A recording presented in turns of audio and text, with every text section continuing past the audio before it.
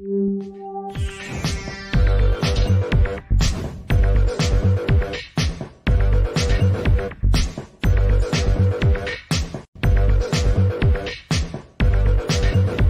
everybody, welcome to the show. You know where you are, the 9 at 9 with me, Tigo. And first thing I want to say, Happy New Year! Yeah, we made it to another year. They're still talking about COVID. They're still talking about crazy weather. You know, we're getting sick left and right. But what the heck? One thing I know is today we're starting our very special every month. He's here.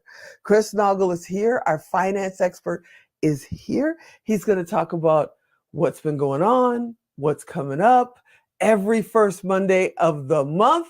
I hope you tune in. And today we're going to talk about, oh no, what the Fed. Sit right there. We'll be right back. Expert Talk is sponsored by Pod Nation TV, the podcast to broadcast network.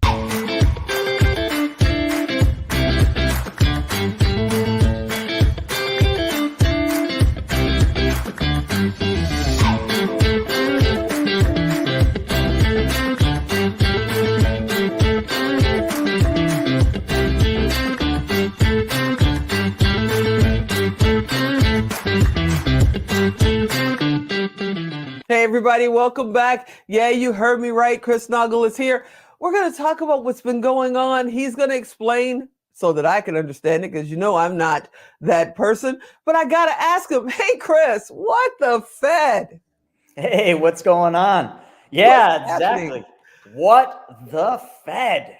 So What the Fed? it's been crazy. You know, the first thing I always like to start off is when I say the word Fed, a lot of people don't even know what we're talking about. And then I say, well, the Fed stands for the Federal Reserve. And then like, oh, federal, that means owned by the government. No, the Fed is not owned by the U.S. government. Matter of fact, they're a private institution. And the Fed has been hard at work tackling the one monster, the crazy creature that I like to say they created or had a lot to do with that creation, and that is inflation. Yeah, The Fed- man. Yeah, the Fed, you know, when the pandemic hit, well, actually it didn't even start at the pandemic. I mean, you could go back to the early 2000s or even further, but really it became evident in 2008 with the Great Recession when they printed 900 billion, which was unprecedented during the time, to Mhm. save literally a complete collapse. And that truly would have been a complete collapse of the entire financial system. Fast forward to 2020, when the pandemic hit, that gave them the opportunity to print yet another 5.1 trillion. But the thing that the Fed did is the Fed has the duty of controlling monetary policy, which 100% is interest rates and also how Right. much money is in the system, which is money printing done by the Treasury. When they Right. print money, though, that money has to be moved. It has to be exchanged. So they put it into the central banking systems, which is banks as we know it. And they also Mhm. give a lot of it to governments. Let's just talk about the US government. Government needed money for the pandemic, for research and science, as they call it, and all sorts of other things that they did. So they printed the money and they exchanged it to the US government in exchange for debt. The US prints Right. treasuries and mortgage-backed securities, and they trade that for the money the Fed gives them. But then what the US did, what the government did, is they handed us all checks. You got checks. Everybody Yes. listening got checks, right? And then businesses got PPP loans. That do you remember that night when those got printed? Like we had to go on our bank and we had to apply for them. That was a nightmare. But we finally got our checks and then EDIL loans and on and on. So they printed a lot of money, and all that money went Right. into the system when we were all stuck at home.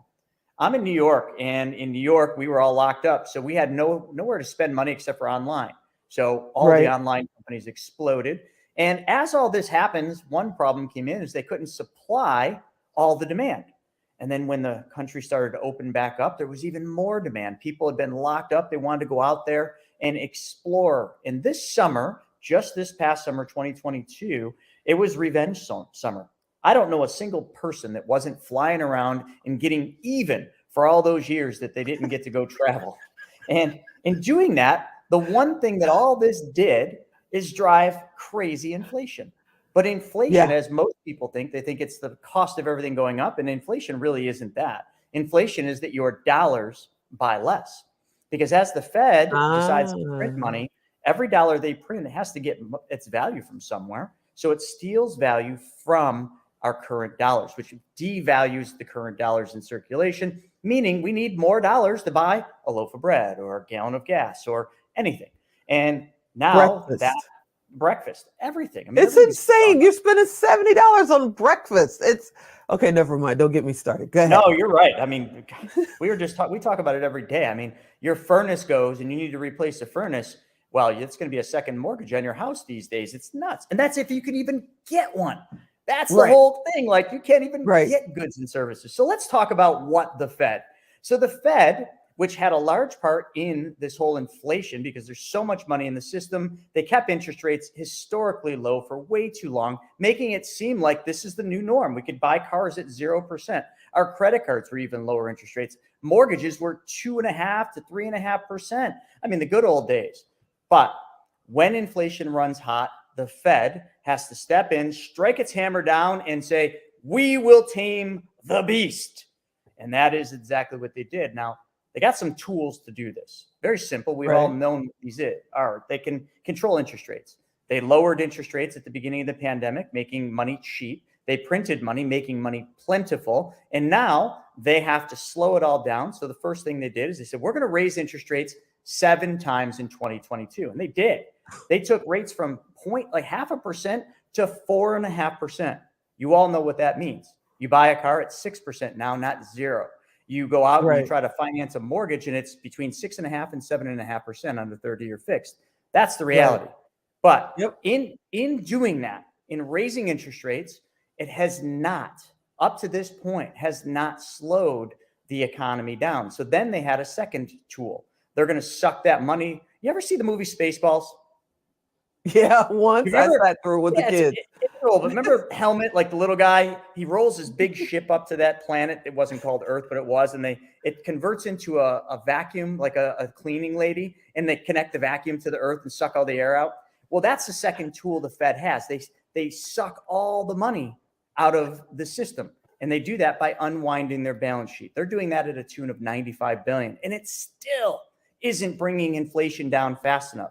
So, at the end of 2022, inflation was 7.1, which by Wall Street's terms, they were like, oh my God, it's a success. But by the Fed's terms, what the Fed said, nope, our target's 2. We got to go from 7.1 to 2.